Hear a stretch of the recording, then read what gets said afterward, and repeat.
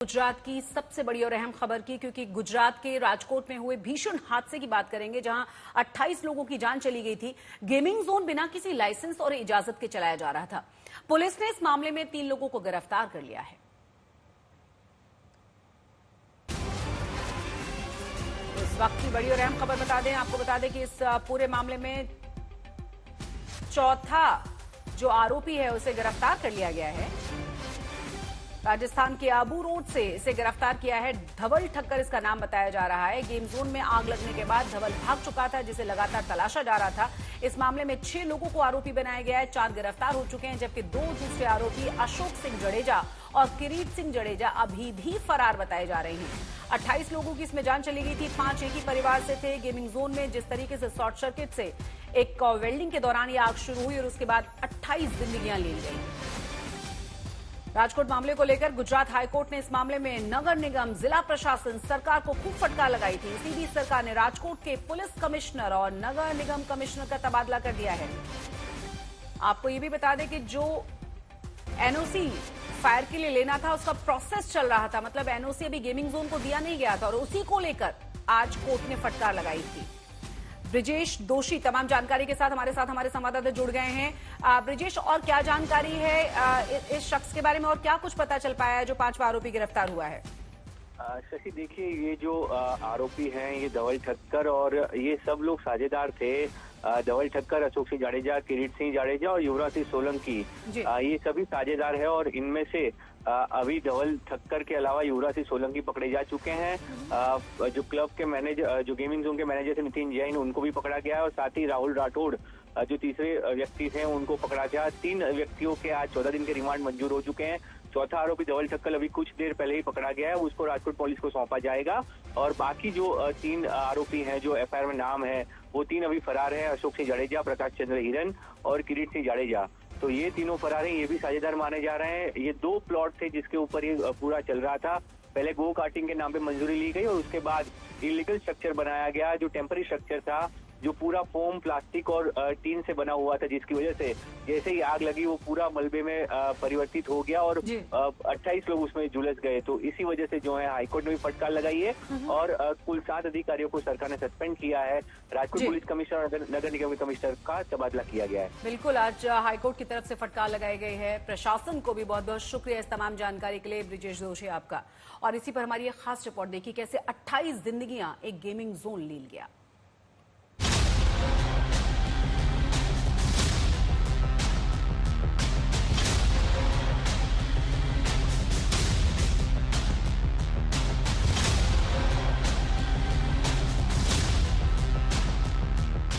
कभी इसी जगह पर टीआरपी गेमिंग जोन हुआ करता था।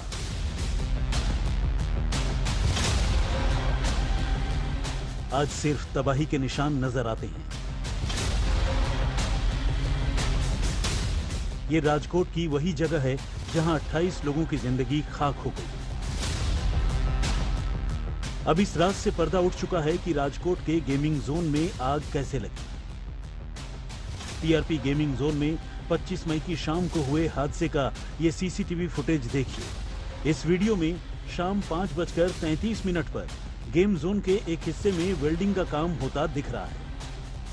इसी से निकलने वाली चिंगारी थोड़ी देर में भड़क जाती है। वहां मौजूद कर्मचारियों में अफरा तफरी फैल जाती है। सब के सब आग बुझाने की कोशिश में लग जाते हैं, लेकिन आग लगातार बढ़ती रहती है और देखते ही देखते पूरा का पूरा गेमिंग जोन मलबे में तब्दील हो जाता है।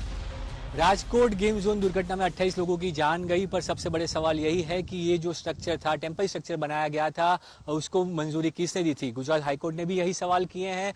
3 आरोपियों को पुलिस ने पकड़ लिया है, पर 3 अभी भी जो है फरार हैं। 3 लोगों को ढूंढने के लिए पुलिस ने लुकआउट सर्कुलर जारी तो किया है, पर ये 3 लोग कब पकड़े जाएंगे वो पुलिस को भी पता नहीं है।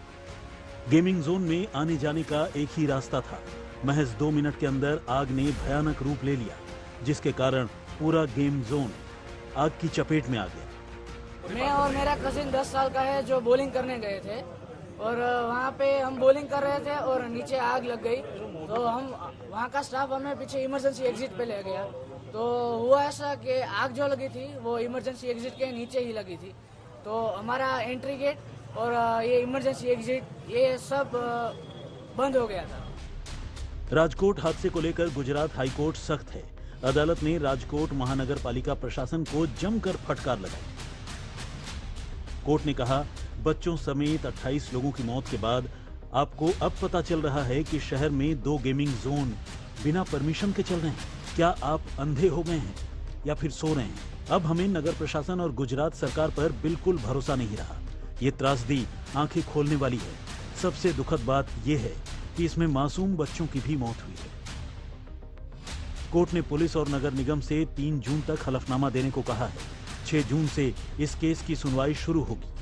हर कॉरपोरेशन के अंदर ये जो फायर सेफ्टी के जो PIL के अंदर जो दिशा निर्देश दिए गए हैं, जो उन्होंने कंप्लायंस किया है या नहीं किया है, उनका क्या उन्होंने एक्शन टेकन आज तक का लिया है, उसका एफिडेविट पे उन्हें 3 जून तक अपना एफिडेविट रखना है और 6 जून को इस केस की आगे सुनवाई रहेगी। हाईकोर्ट के सख्त सवालों के बाद गुजरात सरकार बैकफुट पर है।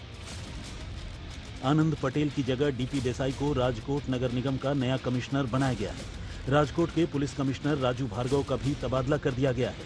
उनकी जगह अब ब्रजेश झा को राजकोट पुलिस की जिम्मेदारी दी गई है।